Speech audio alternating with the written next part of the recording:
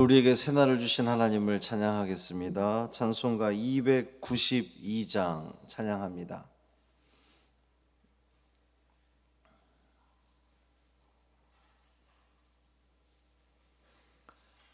찬송 292장 주 없이 살 수 없네 찬양함으로 새벽 기도회를 시작하겠습니다. 주 없이 살 수 없네 죄인의 구주여, 그 귀한 보배 피로 날 구속하소서. 구주의 사랑으로 흘리신 보혈이 내 소망 나의 위로 내 영광 됩니다. 주 없이 살 수 없네 나 혼자 못 서리. 힘없고 부족하며 지혜도 없도다. 내 주는 나의 생명 또 나의 힘이라. 주님을 의지하여 지혜를 얻으리. 주 없이 살 수 없네 내 주는 아신다. 내 영의 깊은 간구 마음의 소원을 주밖에 나의 마음 네 알아주리요.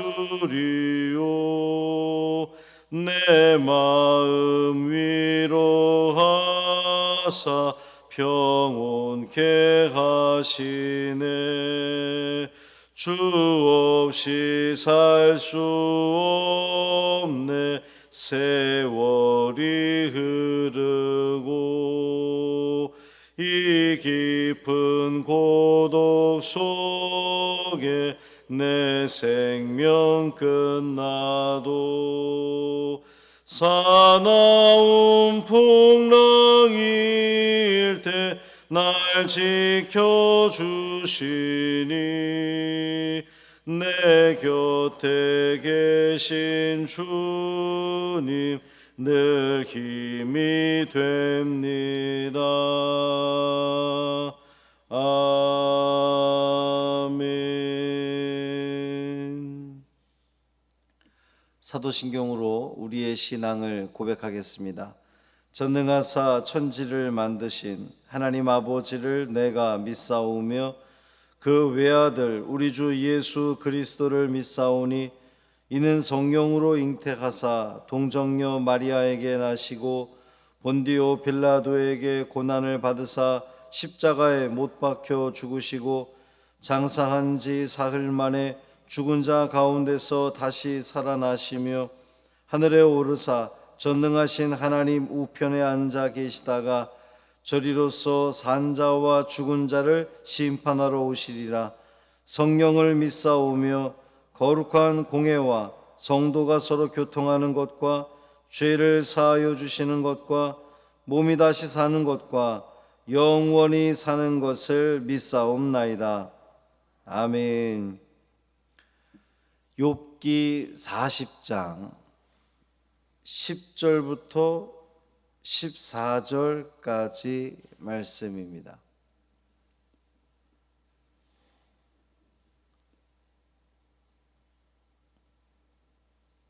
욥기 40장 10절부터 14절까지 말씀 함께 읽겠습니다.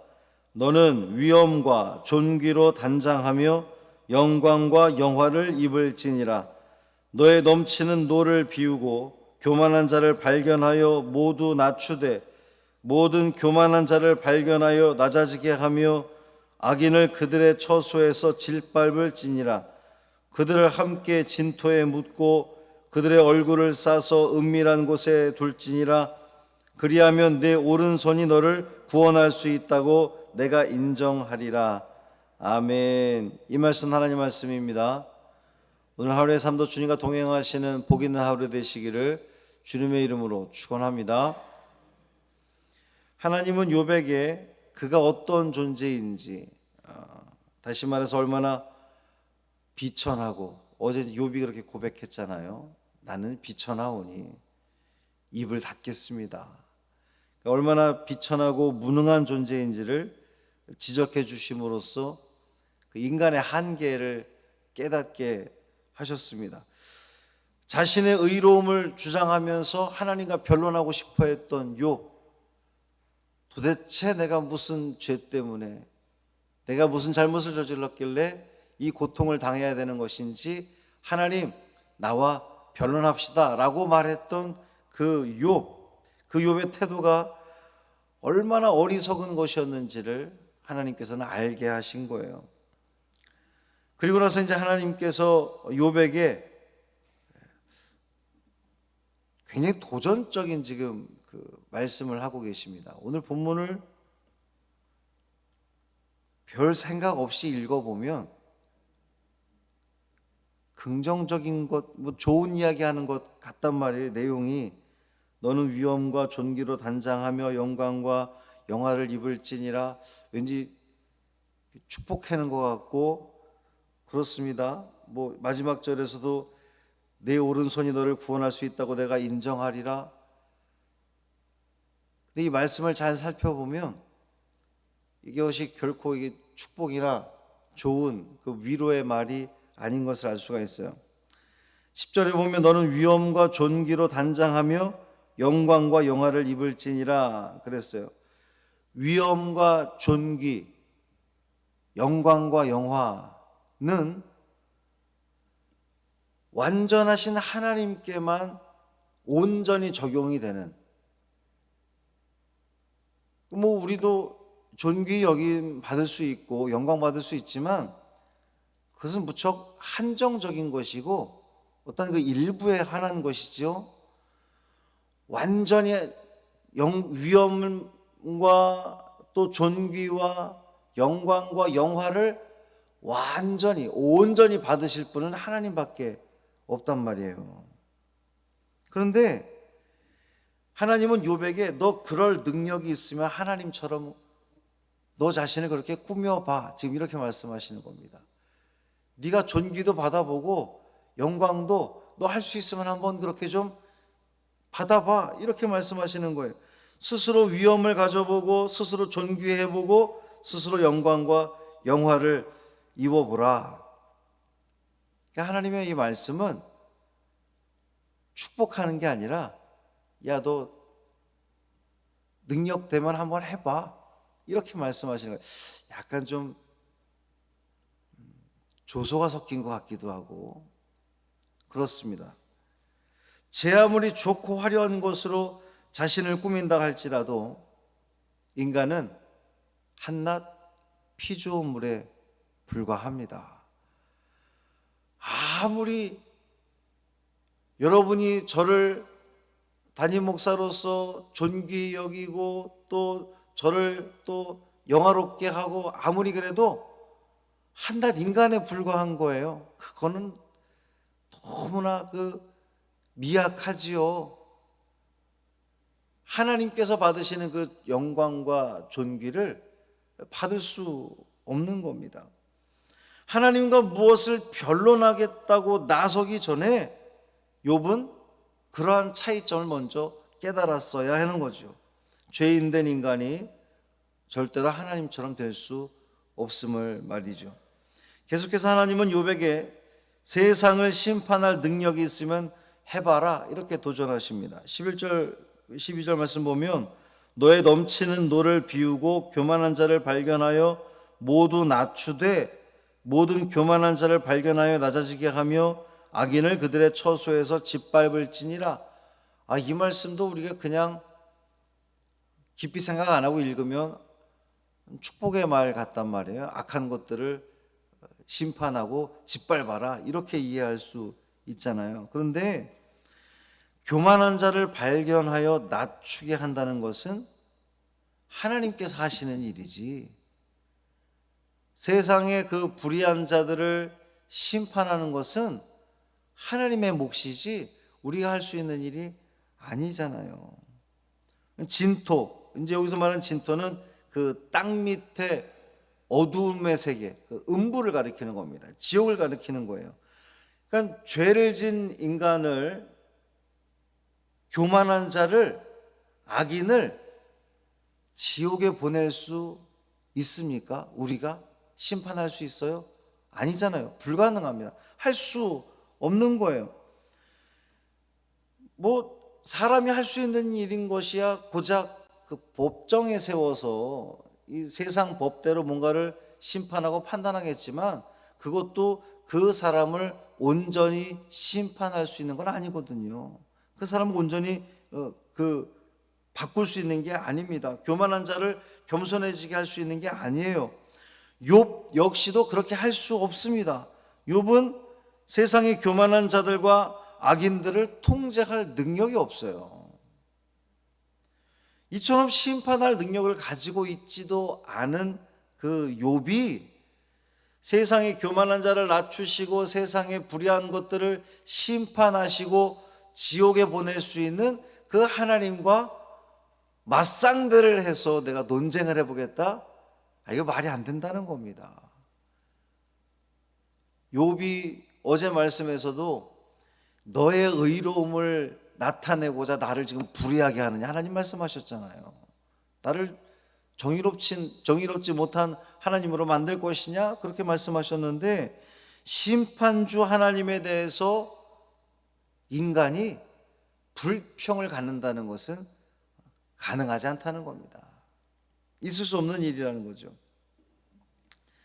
하나님은 욥에게 이러한 인간의 한계를 깨달으라고 말씀하시는 거예요. 14절의 마지막에 보면 그리하면, 이제 이 그리하면 내 오른손이 너를 구원할 수 있다고 내가 인정하리라. 그냥 끝말만 보면 하나님께서 인정하신다니까 좋은 것 같은데, 그게 아니라 이 10절부터 13절까지 말씀처럼, 그러니까 네가 악인들을 심판할 수 있는 그 능력이 되고 스스로 존귀 여길 수 있고 영광 받을 수 있는 그런, 마치 하나님의 자리에 네가 오를 수 있다고 한다면, 그렇다면 내 오른손이 너를 구원할 수 있다고 내가 인정해 주마. 여러분, 이게 가능한 일이겠어요? 스스로 구원할 수 있습니까, 인간이? 아니에요. 불가능합니다. 불가능해요. 하나님은 지금 불가능한 걸, 이 인간으로서 불가능한 걸 네가 할 수 있다면 내가 너를 인정해 주마. 인정해 준다는 거 무슨 뜻이겠습니까? 내가 너와 상대하여 논쟁해 줄게. 지금 이러한 말씀인 거예요. 인간은 스스로를 구원할 수 없습니다. 죄된 인간이 자기 스스로를 구원할 수 없어요. 그래서 하나님께서 오신 거죠. 하나님께서 오셔서 우리 스스로 구원할 수 없기에 우리를 구원하기 위해서 하나님께서 직접 우리 가운데 오셔서 우리의 그 모든 한계들, 죽음의 한계들, 죄의 한계들을 넘어서게 하시고 극복하게 하시고, 그래서 하나님께 가 닿을 수 있는 은혜를 주신 것이 바로 하나님의 이 십자가의 구속의 은혜라고 하는 거예요. 자, 너 할 수 있으면 다 해봐라 말씀하시는 그 하나님의 그 질문도 아니고, 그 말씀에 욥은 하나님, 나는 할 말이 없습니다. 나는 그저 비천한 자입니다. 나는 입을 닫겠습니다. 말할 수밖에 없는 거죠.